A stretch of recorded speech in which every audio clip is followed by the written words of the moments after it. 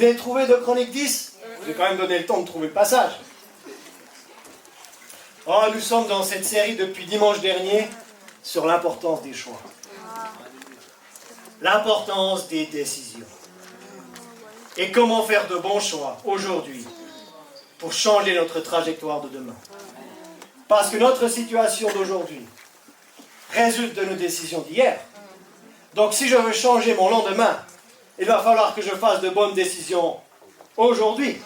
Et que je prenne de bonnes décisions aujourd'hui. Et que je fasse de bons choix aujourd'hui.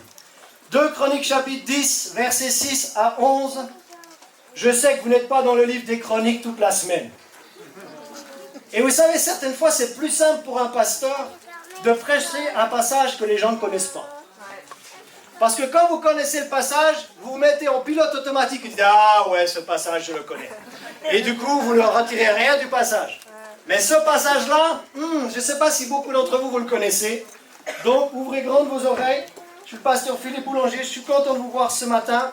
Et le texte nous dit « Le roi Roboam consulta les vieillards qui avaient été auprès de Salomon, son père, pendant sa vie, et il dit « Que conseillez-vous de répondre à ce peuple ?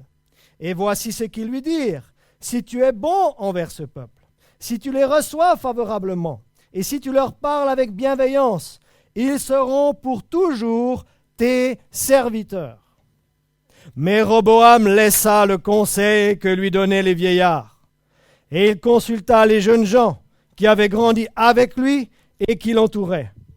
Il leur dit, « Que conseillez-vous de répondre à ce peuple qui me tient ce langage ? Allège le joug que nous a imposé ton père. » Et voici ce que lui dirent les jeunes gens qui avaient grandi avec lui. « Tu parleras ainsi à ce peuple qui t'a tenu ce langage. Ton père a rendu notre joug pesant, et toi, allège-le nous.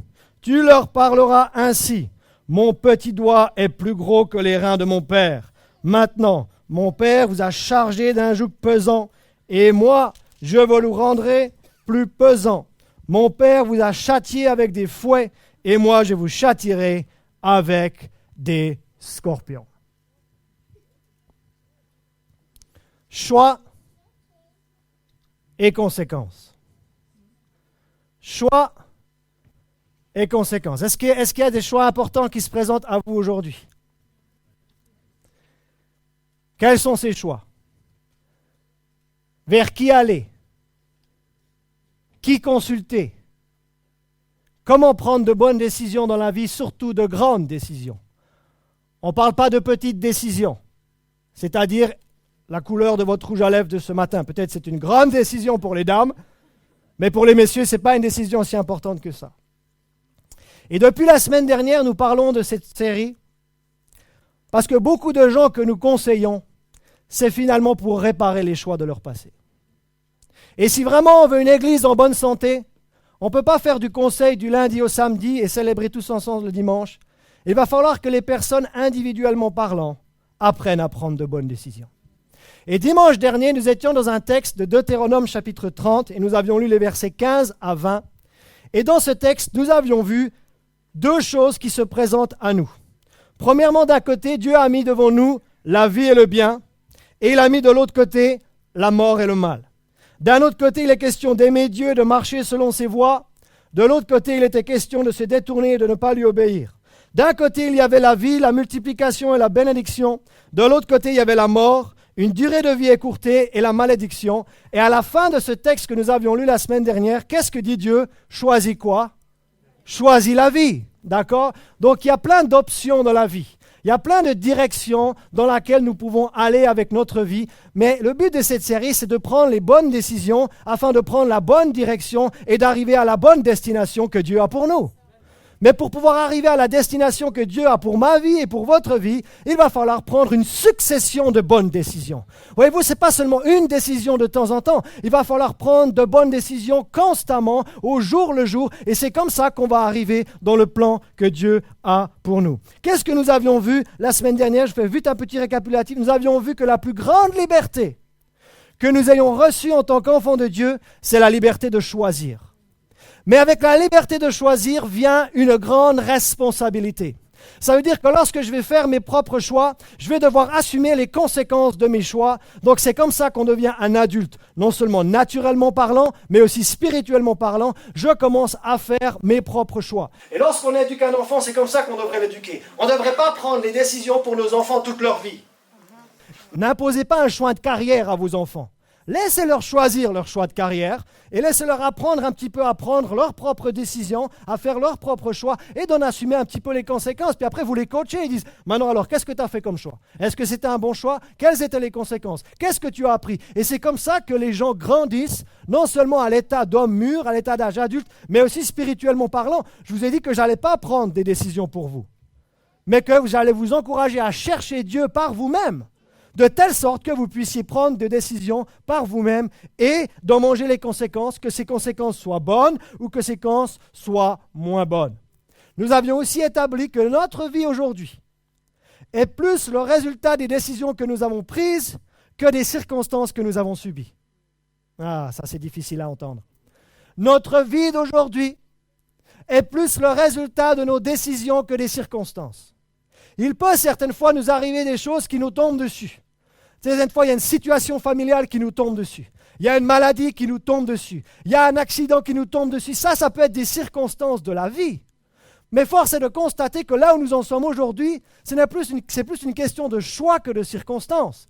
Et il faut commencer à assumer nos propres choix au lieu de commencer à blâmer tout et n'importe qui en raison de la situation dans laquelle je suis aujourd'hui.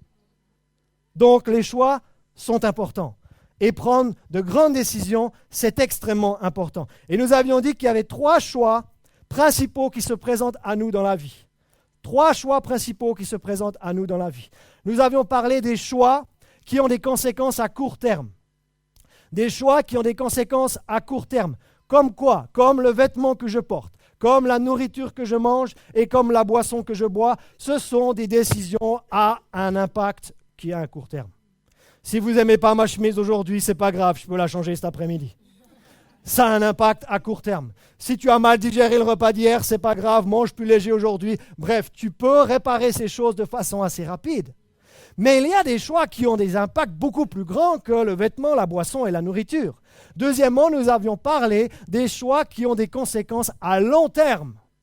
À long terme, comme quoi? Comme le choix de carrière. Comme quoi? Comme le choix du conjoint. Comme quoi? Comme le choix de carrière, je l'ai déjà dit. Le choix du conjoint aussi. Ah oui, comme le fait d'acheter un achat immobilier, par exemple. Si tu achètes un bien immobilier, qui a aujourd'hui 300 000 € dans la poche pour pouvoir acheter? Donc si j'achète, ça veut dire que je vais faire un emprunt. Si je fais un emprunt, ça veut dire que je vais être endetté pendant 30 ou 40 ans. Est-ce que je prends cette décision aujourd'hui, oui ou non? Conséquence à long terme. Et nous avions parlé aussi, simplement pour vous remettre dans le bain, je suis quand même sympa avec vous, qu'il y a aussi des choix qui ont des conséquences éternelles. Des choix qui ont des conséquences éternelles. Choisir Jésus ou refuser Jésus. Conséquences éternelles. Marcher dans la volonté de Dieu ou pas marcher dans la volonté de Dieu. Conséquences éternelles. Choisir la bonne église va avoir aussi un impact dans l'éternité. Est-ce que vous êtes dans l'église que Dieu a pour vous? Est-ce que vous avez pris cette décision? Avez-vous cette conviction-là? Parce que les gens avec qui vous allez connecter dans cette église vont être déterminants pour arriver à la destination que Dieu a pour vous. Parce que mes associations déterminent ma destination. Voyez-vous que je devrais être avec des personnes qui vont dans la même direction que moi. Parce que Paul nous dit que les mauvaises compagnies vont corrompre les bonnes mœurs. Ça veut dire que je peux avoir de bonnes intentions dans le cœur, mais puisque je fréquente de mauvaises personnes, je vais aller dans la direction des mauvaises personnes plutôt que d'aller dans la direction de mon cœur.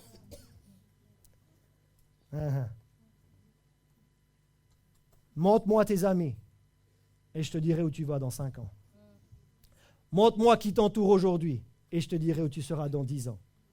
Nos associations d'aujourd'hui vont déterminer notre destination et ça va avoir des conséquences éternelles. Et la première grande idée que nous avions évoquée, je vais vous donner la deuxième grande idée aujourd'hui, mais la première grande idée que nous avons développée dimanche dernier, c'était la suivante. C'est que les choix qui ont des conséquences éternelles demandent de consulter celui qui est éternel. Je ne peux pas faire des choix à impact éternel en consultant n'importe qui. il va falloir que je consulte Dieu parce que lui est éternel. Et lui, il ne voit pas seulement ma situation présente, il voit aussi mon futur. Et le Saint-Esprit ne me connaît pas seulement aujourd'hui, il me connaît aussi qui je serai demain. Et il connaît la trajectoire que je suis censé prendre avec ma vie. Donc si je veux faire des choix qui ont un impact éternel, il va falloir que je consulte celui qui est éternel, c'est-à-dire Dieu, le Dieu vivant, le Dieu d'Abraham, d'Isaac et de Jacob. C'est lui que je vais consulter par la médiation de Jésus-Christ, parce que maintenant j'ai un rapport direct avec Dieu et je vais en profiter. Je vais profiter de consulter Dieu par moi-même pour pouvoir prendre de bonnes décisions dans ma vie. Et on avait étudié David, la fois où il avait consulté Dieu et la fois où il n'avait pas consulté Dieu. Et on avait dit qu'il avait pris un choix sans consulter Dieu, il avait fait un choix catastrophique, il avait commis l'adultère avec Bathsheba, ensuite il avait tué le mari de Bathsheba, bref, des conséquences atroces, et l'enfant illégitime était mort, catastrophe. En revanche, certaines fois, il a consulté Dieu, et on a vu qu'il avait eu à 2 reprises la victoire sur les Philistins, parce qu'il a pris le temps de communier avec l'Éternel. Est-ce que vous voulez que je vous donne la deuxième grande idée ce matin? Deuxième grande idée? Deuxième grande idée, c'est que pour faire des choix qui ont des conséquences éternelles, ou des choix qui ont des conséquences à long terme, à nouveau, on ne parle pas de la couleur de nos chaussettes, on parle de grandes décisions. Et pour pouvoir prendre de grandes décisions, deuxième grande idée, en plus de consulter Dieu, il va falloir faire preuve de beaucoup de sagesse.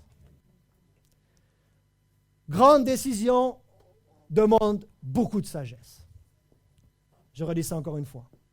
Des décisions importantes demandent beaucoup de sagesse. Je ne vais pas prendre des décisions importantes dans ma vie à la légère.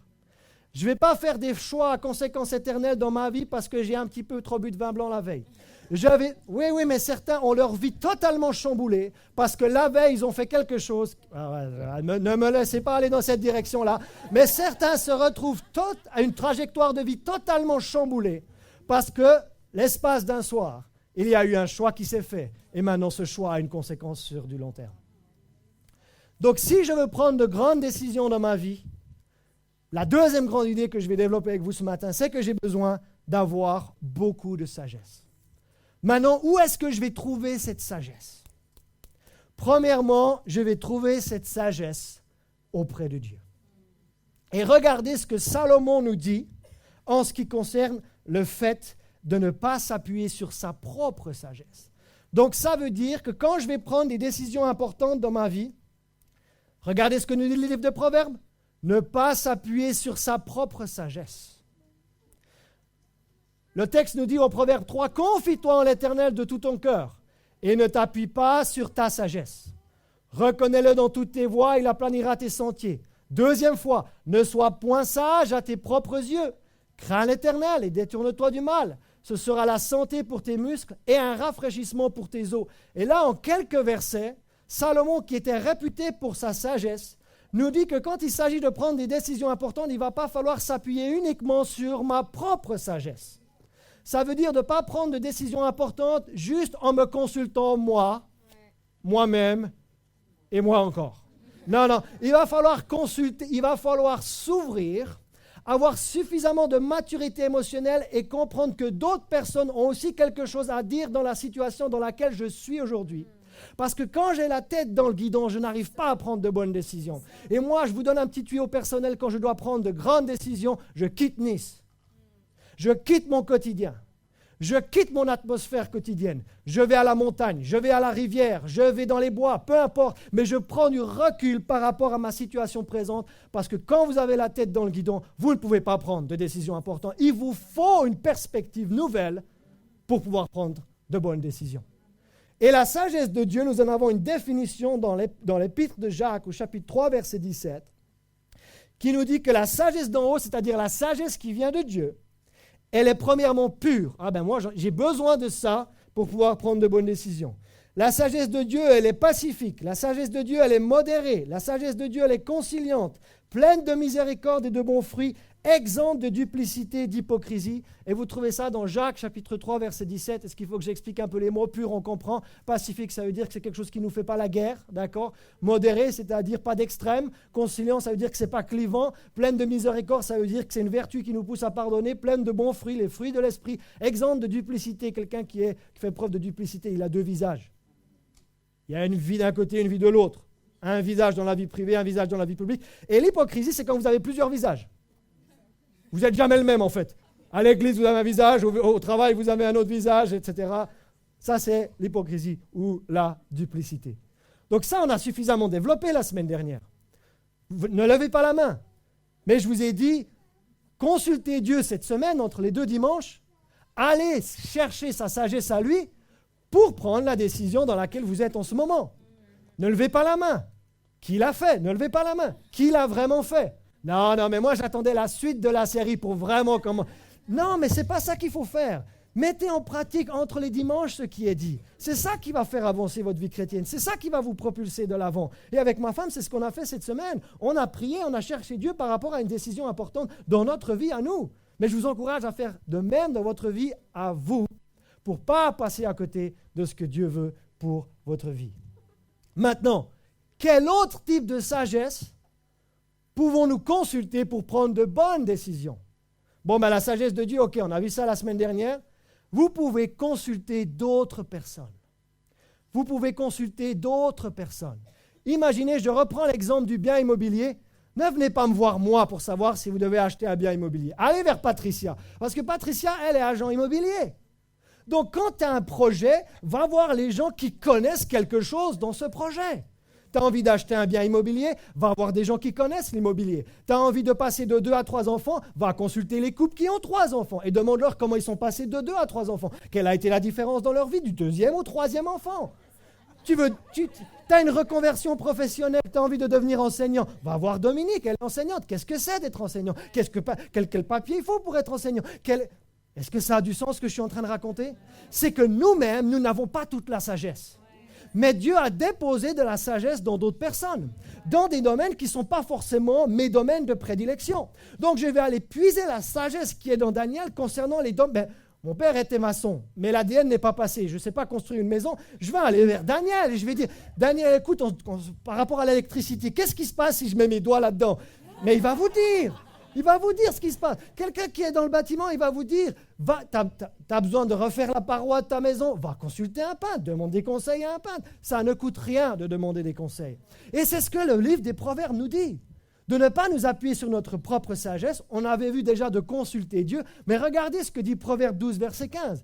La voie de l'insensé est droite à ses yeux. Quand je prends d'importantes décisions dans ma vie tout seul, ce n'est pas moi qui le dis, c'est Salomon qui le dit, je suis un insensé. Il nous dit, mais celui qui écoute les conseils est sage. Donc maintenant, demande au Saint-Esprit, mais quels sont les conseils que je peux aller chercher? En anglais, on dit to pick your brain. Ça veut dire quelles sont les personnes vers qui je peux aller poser des questions et extraire leur sagesse, extraire leur instruction, extraire leur éducation, extraire leur pédigré, extraire leur vécu, extraire leur expérience. Il y a des choses à extraire. Et tu extrais ça dans la vie d'autrui en posant de bonnes questions. Et là, c'est le journaliste qui refait surface.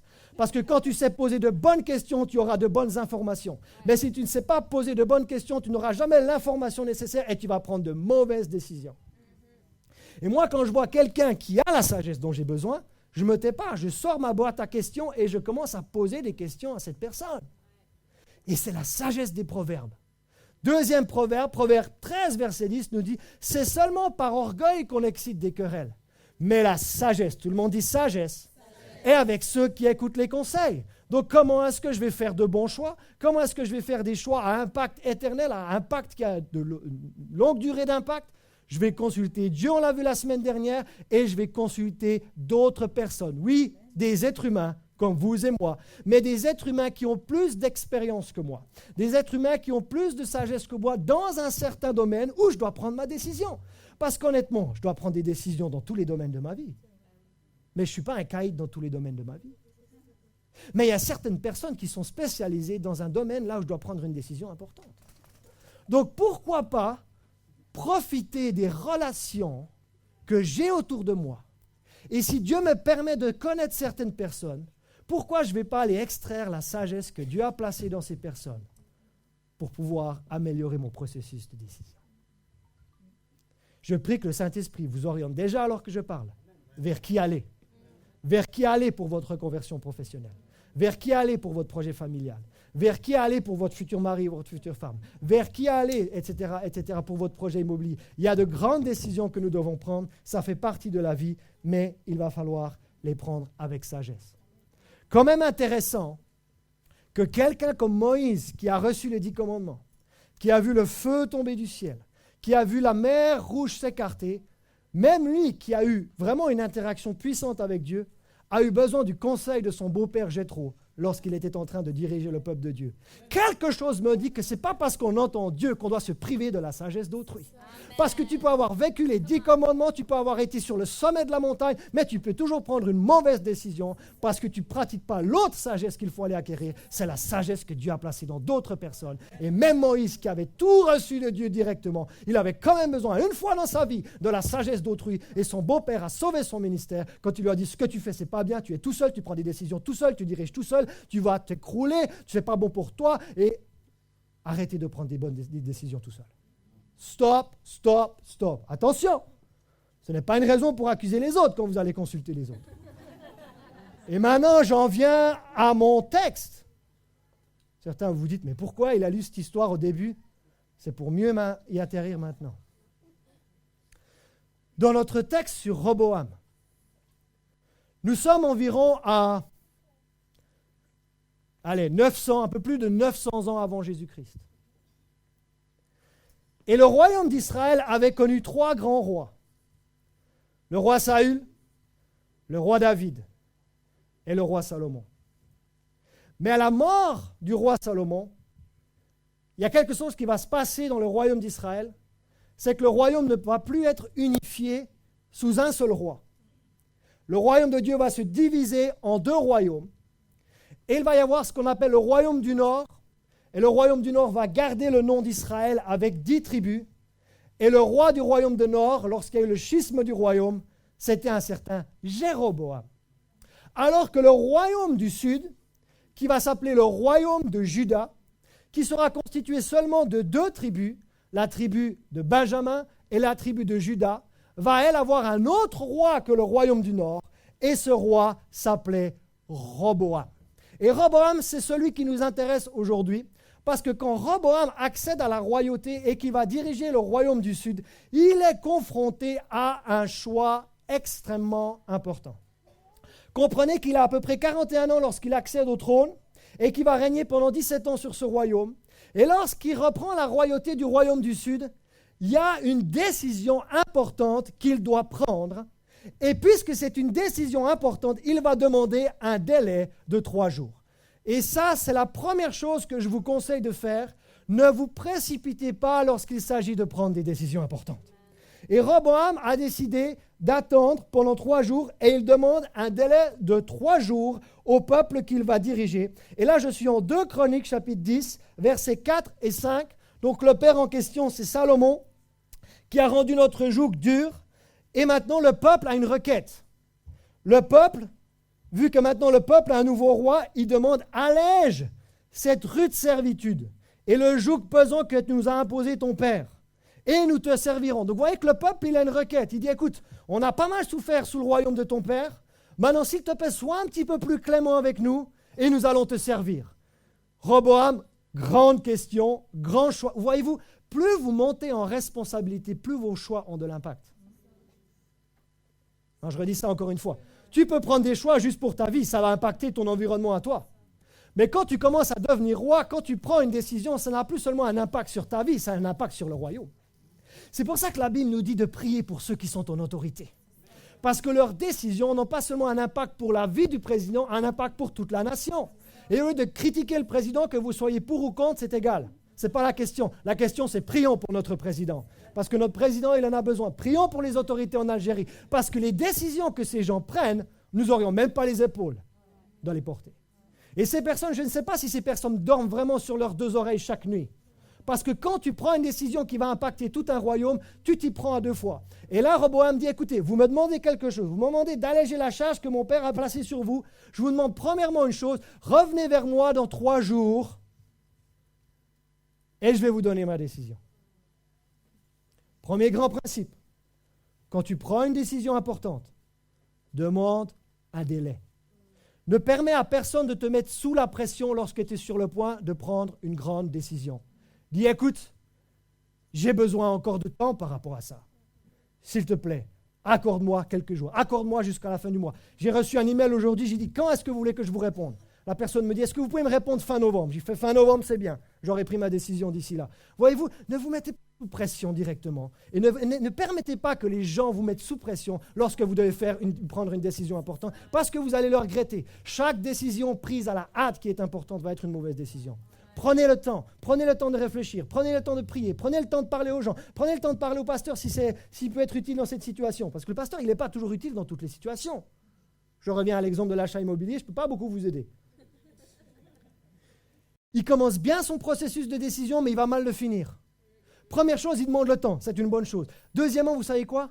Il va aller consulter d'autres personnes. Et le premier groupe auquel il va se tourner pour prendre sa décision, c'est qu'il va aller voir un groupe de vieillards. Et ce groupe de vieillards a connu le père Salomon. Et il va leur dire, mais maintenant le peuple me demande d'alléger leurs charges, d'être un petit peu plus clément avec vous. Qu'est-ce que vous, les vieillards, vous en pensez? Ah, même un roi est allé chercher le conseil d'autrui. Même les présidents ont besoin de conseiller. Même les rois ont besoin de conseiller. Alors pourquoi nous, est-ce qu'on s'appuie uniquement sur notre propre sagesse pour prendre les plus grandes décisions de notre vie? Et regardez le conseil que les vieillards vont lui donner. Et voici, 2 Chroniques 10, 6, 7, et voici ce qu'ils lui dirent. Si tu es bon envers ce peuple, Roboam, si tu les reçois favorablement, et si tu leur parles avec bienveillance, ils seront pour toujours tes serviteurs. Voilà un premier conseil qui arrive. Vous êtes face à une décision importante, voilà un conseil qui arrive d'un côté. OK, super, merci pour le conseil des vieillards, je mets ça pour l'instant sur l'étagère, laissez-moi aller chercher un autre conseil. N'allez pas seulement chercher un conseil, allez chercher plusieurs conseils. Et il va chercher un autre conseil, il va dire, bon maintenant j'ai demandé aux plus âgés, je vais aller demander aux plus jeunes. Et il va aller vers les jeunes. Alors, on a un événement spécial génération cet après-midi, donc je ne suis pas en train de mettre en concurrence les vieillards et les jeunes, mais les vieillards et les jeunes n'avaient pas la même opinion sur la question. Ça vous est déjà arrivé dans une entreprise où les anciens n'ont pas forcément la même opinion que ceux qui viennent d'arriver? Bref. Le conseil des jeunes. Le conseil des vieillards, c'était quoi? Sois bon envers ce peuple. Si tu es bon envers ce peuple, ils vont te soutenir. Si tu es bon envers ce peuple, ils vont t'aider. Si tu es bon envers ce peuple, ils seront tes serviteurs. OK, merci pour le conseil. Maintenant, je vais aller chercher un autre conseiller. Et ça, c'était les jeunes. Et les jeunes, ils ont un peu plus de fougue. Les jeunes, ils ont un peu moins de sagesse. Les jeunes, ils ont un peu plus le feu. Donc, qu'est-ce que vont dire les jeunes? 2 Chroniques 10, chapitre 10 et 11. Les jeunes vont dire à Roboam, tu leur parleras ainsi, Roboam. Mon petit doigt est plus gros que les reins de mon père. Maintenant, mon père vous a chargé d'un joug pesant, et moi, je vous le rendrai plus pesant. Mon père vous a châtié avec des fouets, et moi, je vous châtierai avec des scorpions. Conseil des jeunes. Nos jeunes ont beaucoup plus de sagesse ici que du temps de Roboam. Gloire à Dieu. Est-ce que j'ai des jeunes dans cet auditoire? Est-ce qu'il y a... Alléluia. Mais comprenez que... Qu'est-ce que je suis en train de dire? Roboam accède à la royauté. Il a tout un royaume à diriger. Il y a une décision qu'il doit prendre. Il va avoir 2 conseils différents. Et les 2 conseils divergent. Ma question est la suivante. Qu'est-ce que tu fais quand tu as plusieurs conseillers qui ne sont pas d'accord? Qu'est-ce que tu fais, toi, quand tu as plusieurs conseils qui se présentent à toi? Attention, ce sont des conseillers. Ce ne sont pas les gens qui vont prendre la décision finale. Et ce que je suis en train de te dire, c'est que c'est bon d'avoir du conseil autour de toi, mais la responsabilité finale te revient. La décision finale te revient. Et n'accuse pas tes conseillers si tu prends une certaine décision, parce que c'est toi qui as reçu la liberté de choisir, c'est toi qui as la responsabilité d'assumer ton choix. Eux t'ont donné leur point de vue, ils t'ont donné leur perspective, ils t'ont donné leur façon de voir les choses. Et là, on a 2 conseils diamétralement opposés. Il y a les vieillards qui disent, sois bon vers ce peuple. S'il te plaît, on a connu ton père, c'était pas toujours la joie. Sois bon, sois clément, on va te servir. Et les jeunes gens, ils disent, ton père, il nous a tellement fait souffrir que moi, je te conseille d'être encore plus dur avec ce peuple. Qu'est-ce que tu fais quand tu as deux conseils divergents qui se présentent à toi? Eh bien, Roboam n'a pas pris le bon conseil. Je redis ce que je disais. Quand tu as plusieurs conseils qui se présentent à toi, la liberté de choisir te revient toujours. Et la responsabilité d'assumer nos choix nous revient toujours. Avec une grande liberté vient une grande responsabilité.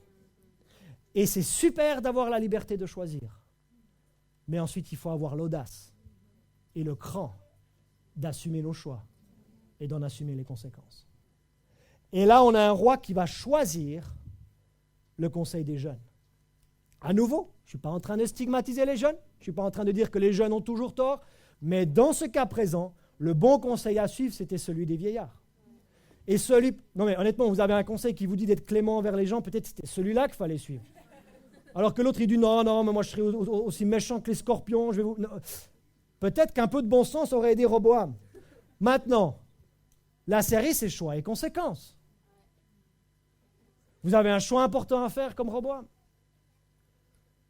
Vous avez consulté Dieu dans un premier temps, ça vous l'avez fait cette semaine, pour les bons élèves.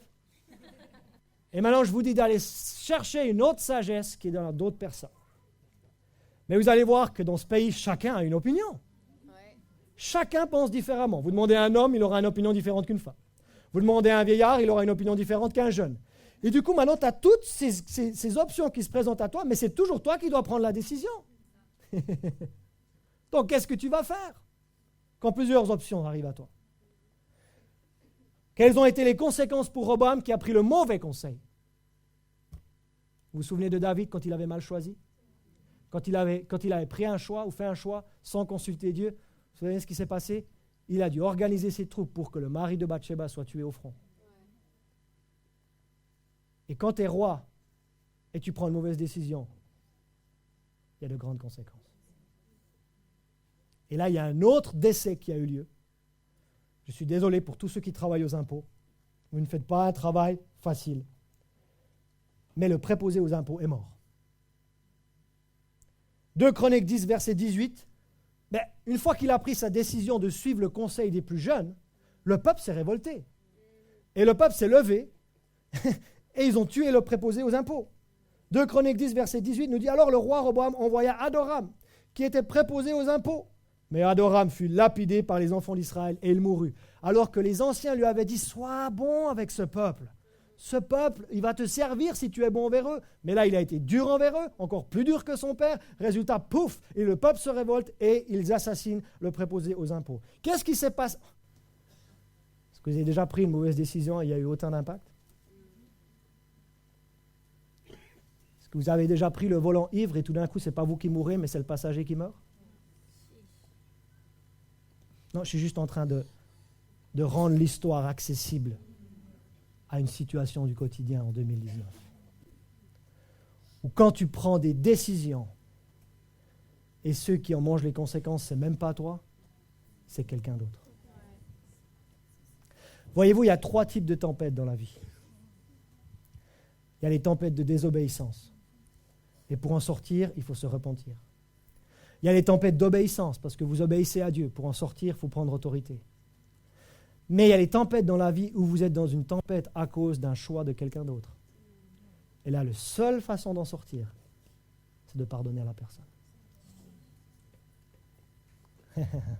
Est-ce que tu as déjà pris un choix qui a une conséquence sur quelqu'un d'autre?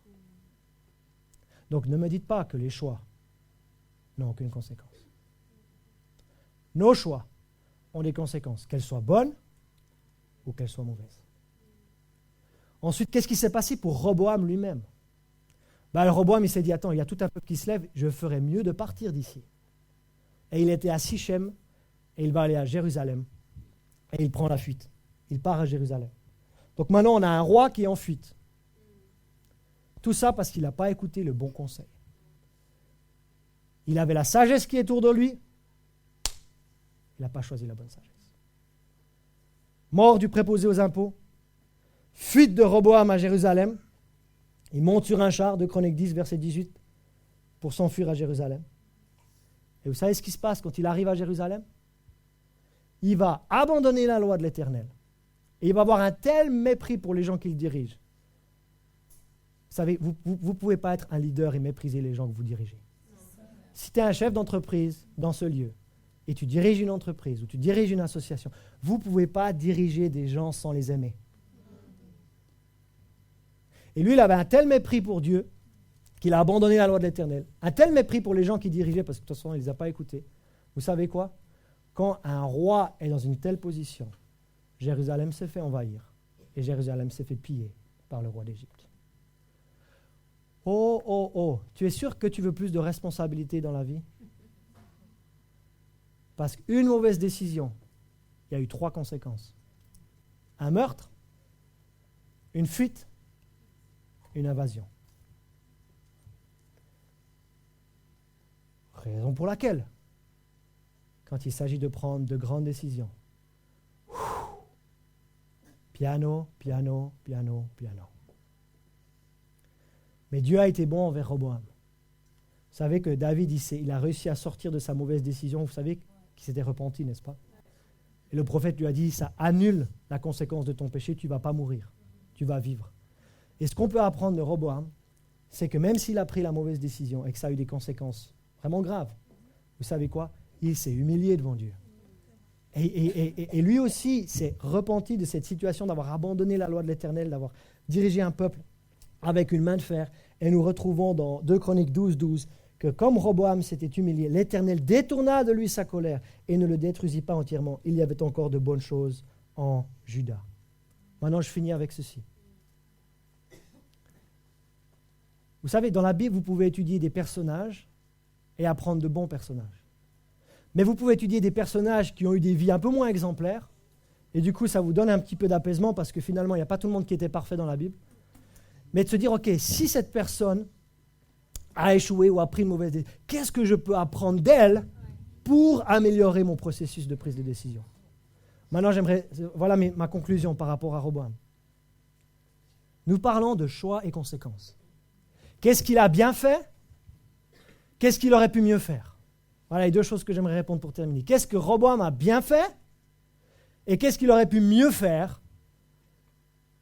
Et du coup, ces points vont être des points clés aujourd'hui pour nous, pour faire face aux décisions auxquelles nous devons faire face. Première chose, on a dit qu'il avait pris le temps. Ça, c'est quelque chose qu'il a bien fait. La Bible nous dit qu'il a pris 3 jours. Peut-être 3 jours, c'est encore court face au choix auquel vous êtes en ce moment. Est-ce que je quitte Nice ou pas? Est-ce que c'est le moment de fonder ma famille ou pas? Est-ce que c'est le moment de ma reconversion professionnelle ou pas? Est-ce que c'est le moment de me marier ou pas? Est-ce que c'est le moment de faire un achat immobilier ou pas?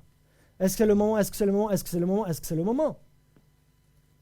Première chose qu'on peut apprendre de Roboam, qui était positif, il a pris le temps.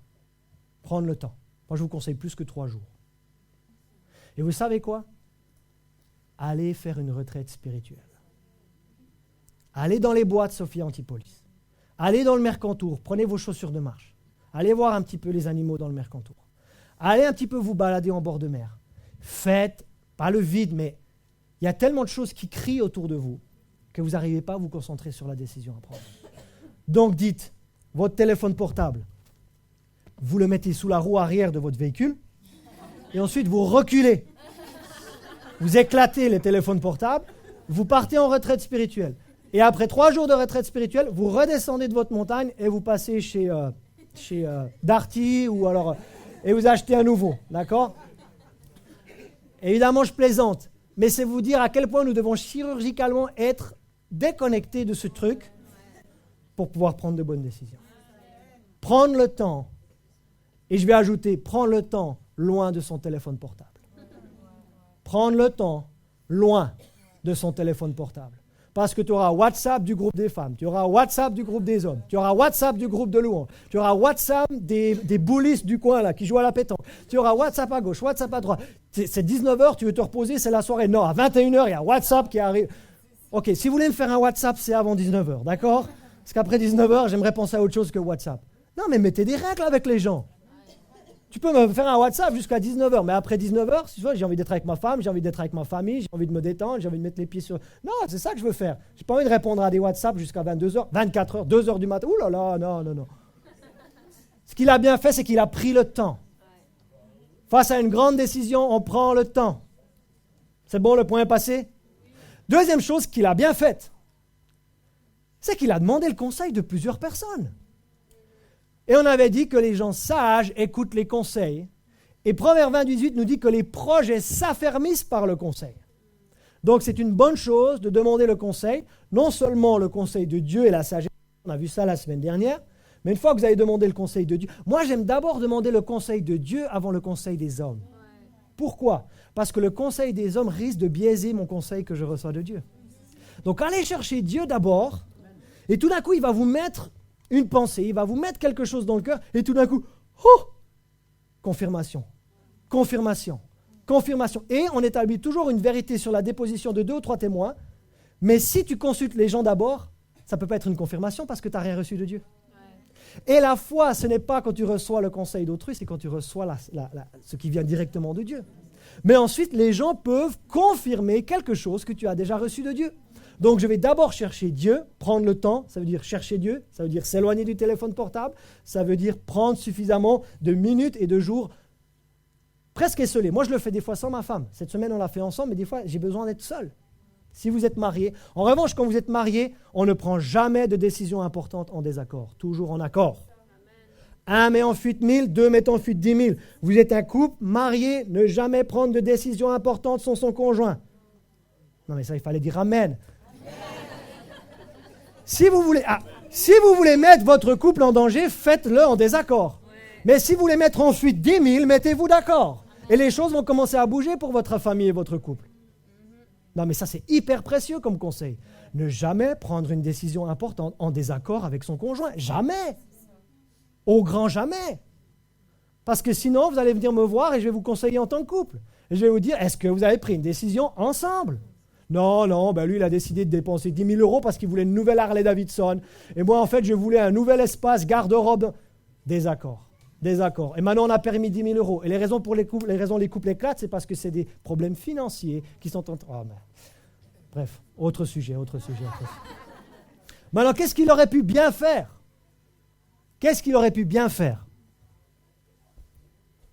Les garçons, qu'est-ce qu'il aurait pu bien faire? Une fois que tu penses avoir entendu quelque chose de Dieu, va consulter la plus haute forme de sagesse possible. La plus haute forme de sagesse possible. Dans le cas de Roboam, à nouveau, ce n'est pas pour mettre les jeunes et les moins jeunes en conflit, mais la plus haute forme de sagesse venait des vieillards. Peut-être que la plus haute forme de sagesse concernant quelque chose, si tu veux mettre WhatsApp sur ton portable, peut-être va plutôt voir les jeunes, parce que là, ils auront un peu plus de sagesse dans ce niveau-là. Donc, ce n'est pas pour stigmatiser les âges ou les générations. Mais une fois que tu as entendu Dieu, va chercher la plus haute forme de sagesse possible. La personne qui est la plus calée dans tel ou tel domaine. Et prends un café avec cette personne et dis, voilà mon projet. Écoute, voilà les faits que j'ai jusqu'à présent. Qu'est-ce que tu ferais à ma place? Qu'est-ce que tu ferais à ma place? Qu'est-ce que tu ferais à ma place? Et la plus haute forme de sagesse. Si c'est sur des questions spirituelles, va voir la personne la plus spirituelle que tu considères. Si c'est sur des questions financières, va voir la personne que tu estimes la plus calée dans le domaine des finances. Si c'est un domaine professionnel, va voir la personne que tu admires le plus dans le domaine professionnel. Exemple, tu veux devenir médecin. Tu es jeune, tu veux faire un choix de carrière, tu vas faire médecin. Et va poser la question à un médecin. Qu'est-ce que ça veut dire d'être médecin aujourd'hui? Va la plus haute forme de sagesse possible. La personne la plus calée que tu connaisses, vers qui tu peux aller chercher et extraire de la sagesse de cette personne. Est-ce que ça a du sens ou bien? Non, mais pasteur, moi je voulais qu'on parle d'anges ce matin, je voulais qu'on parle de démons, je voulais qu'on parle de délivrance, je voulais qu'on parle de trucs vraiment spirituels. Ouais, mais vous savez, les gens se mettent vraiment dans de beaux draps spirituels parce qu'ils ne savent pas prendre de bonnes décisions. Donc à mon avis, ça vaut la peine de rester un petit peu là et d'enseigner les personnes à prendre de bonnes décisions. N'inquiétez pas, on va parler d'autre chose. Donc ça, il aurait pu faire. Il aurait pu considérer la vie des vieillards, qui est-elle la plus haute forme de sagesse dans ce monde. Et dernièrement, moi, ce que je vous conseille, c'est quand vous avez des décisions importantes à prendre, vous commencez par Dieu, vous allez chercher de la sagesse d'autrui et vous retournez vers Dieu. Parce que, à mon sens, des décisions ou des choix qui ont des conséquences éternelles, ça devrait commencer avec Dieu. Et ça devrait finir avec Dieu. Mais, une fois que tu as commencé avec Dieu, tu vas aller chercher la sagesse d'autrui, tu auras plein d'avis divergents, tu auras plein de façons différentes de penser, différentes perspectives, différents arrière-plans, différentes éducations, différences de genre, différents arrière-plans avec Jésus. Mais maintenant, qu'est-ce que tu fais avec tout ça? Parce que tu peux avoir un conseil qui est précieux parmi tous les conseillers. Mais si tu choisis le mauvais conseil, tu vas prendre la mauvaise décision. Donc, c'est-à-dire avec toute la sagesse que tu as extraite des personnes, qu'est-ce que tu vas faire? Tu retournes à la montagne, tu retournes dans les bois de Sophie Antipolis, tu retournes au bord du loup, et tu dis, Seigneur, j'ai commencé ce projet avec toi. Il m'a semblé que tu m'avais donné telle et telle direction. Ce verset m'a vraiment parlé. La prédication de dimanche m'a vraiment parlé. Je suis allé vers les personnes les plus calées dans ce domaine ou dans ces domaines respectifs. Voilà ce qu'eux pensent, voilà ce qu'eux recommandent. Mais maintenant, j'ai toutes ces informations. Mais celui qui doit prendre la décision, c'est toujours Bibi. Et celui qui va vraiment assumer les conséquences de cette décision, ça sera toujours Bibi. Donc moi, Seigneur, je reviens vers toi. Avec les faits que j'ai emmagasinés. Avec ce que tu m'as dit dans ma communion personnelle. Avec ce que les gens les plus sages avaient à dire en ce domaine particulier. Et maintenant, je me représente devant toi avec tout ça. Je te dis, Seigneur, qu'est-ce que toi tu ferais à ma place? Vous pouvez dire aux gens, qu'est-ce que toi tu ferais à ma place? Mais demandez au Seigneur, qu'est-ce que lui ferait à votre place? À l'époque, il y avait des petits bracelets qui disaient, qu'est-ce que Jésus ferait à ma place? What would Jesus do? Qu'est-ce que Jésus ferait à ma place? Mais honnêtement, rien que de vous poser cette question, ça va éliminer beaucoup de mauvaises décisions. Non, honnêtement, qu'est-ce que ta parole dit? Qu'est-ce que Jésus ferait à ma place? Vous allez déjà annuler 90% des mauvaises réponses. Vous allez déjà annuler 90% des mauvaises décisions, simplement en disant, qu'est-ce que Jésus ferait à ma place? Est-ce que je vais à l'encontre de ta parole ou pas? Est-ce que je suis en train de suivre le témoignage intérieur, le Saint-Esprit qui a été déversé en moi? Est-ce que j'écoute ici? Est-ce qu'il y a un feu vert? Est-ce qu'il y a une alarme? Est-ce qu'il y a une attente? Est-ce qu'il y a quelque chose que je dois... Bref, c'est passionnant, non? Bon alors, dans votre projet à vous,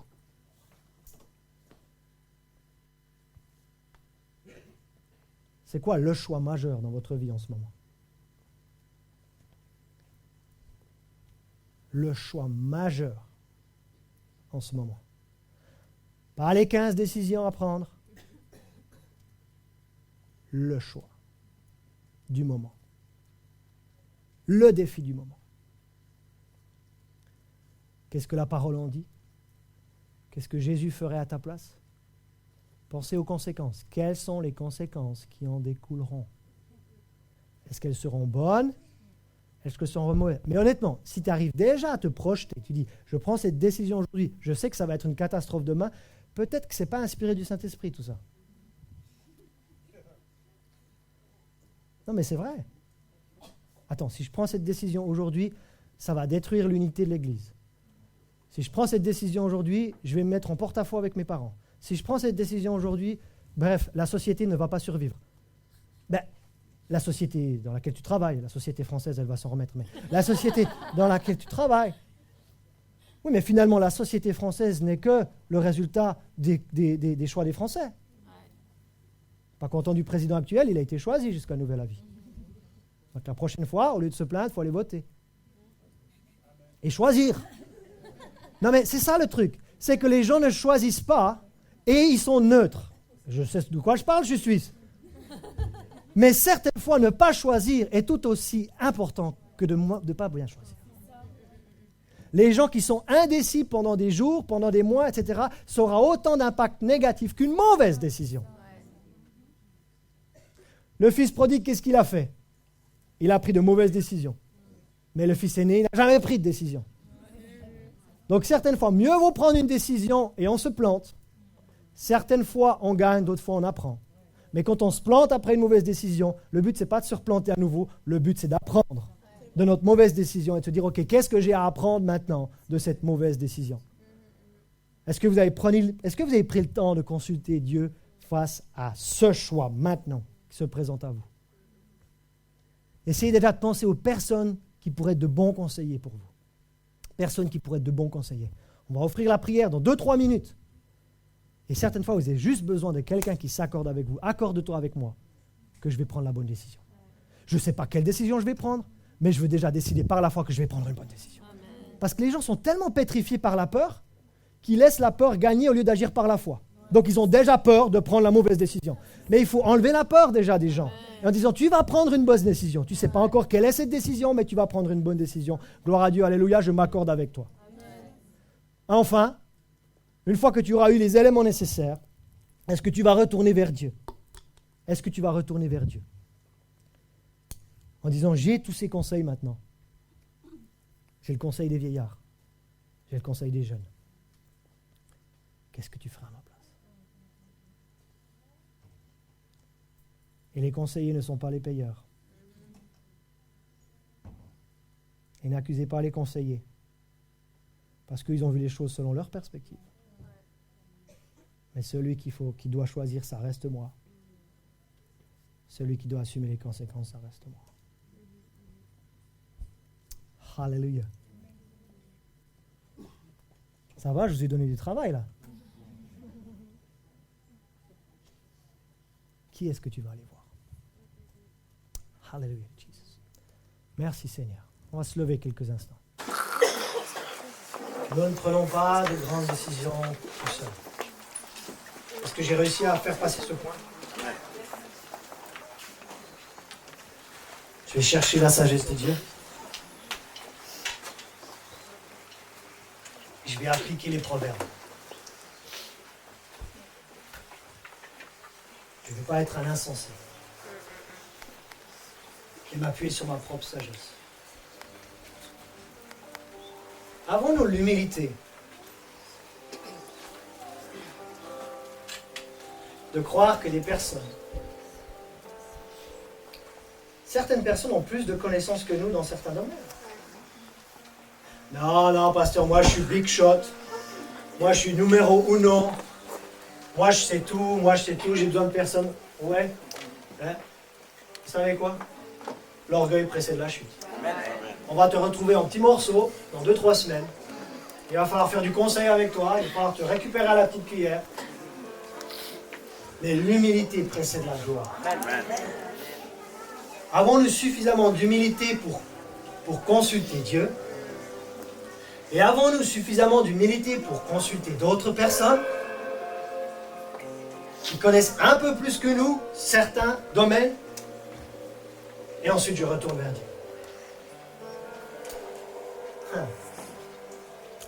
Gloire au Seigneur. Gloire au Seigneur.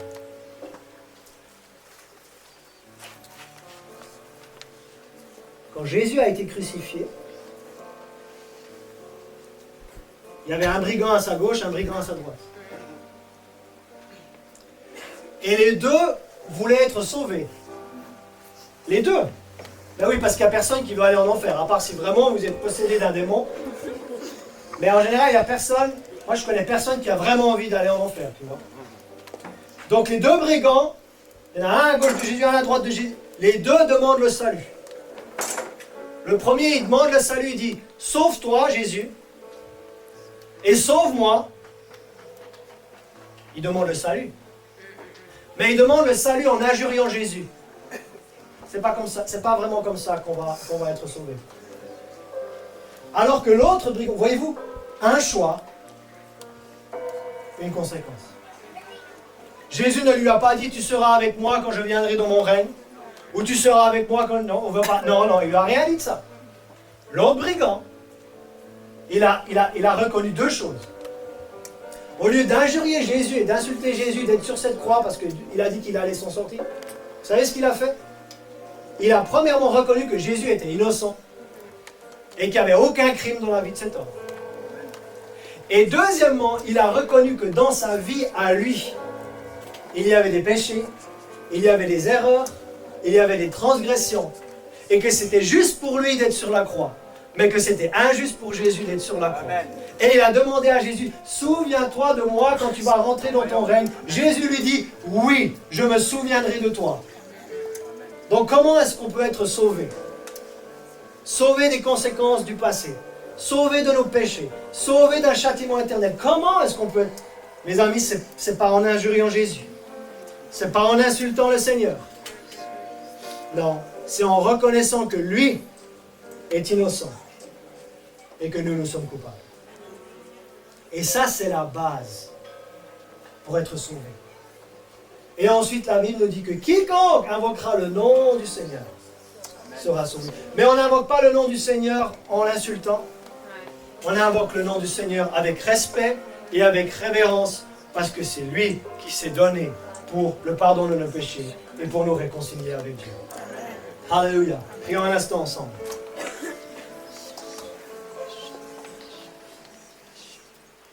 Père, je prie pour ceux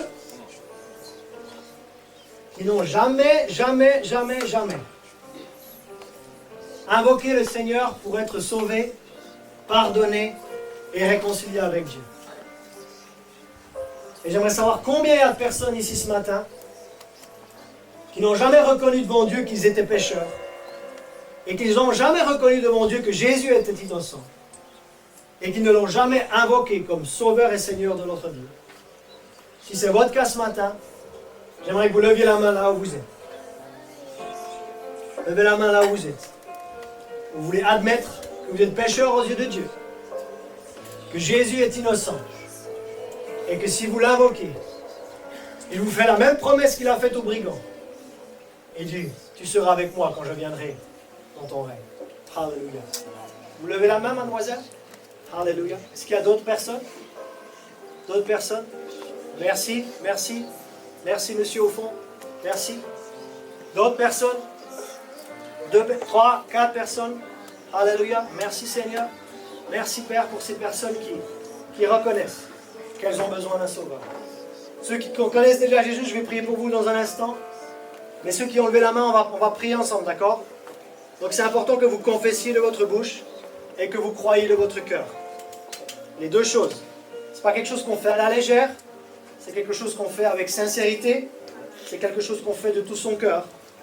Et c'est un moment important de votre destinée, d'accord? C'est votre destinée éternelle qui est en train de changer. Je ne sais pas si vous vous rendez compte de ça. Quand vous allez faire cette prière, surnaturellement, Dieu va annuler les conséquences de vos péchés.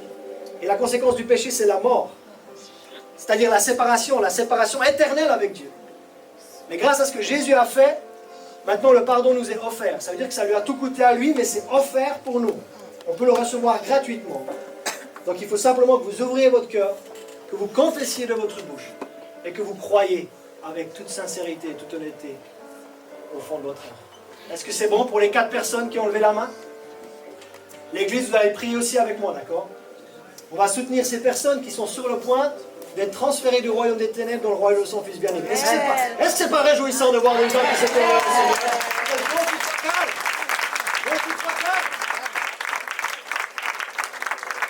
Alléluia.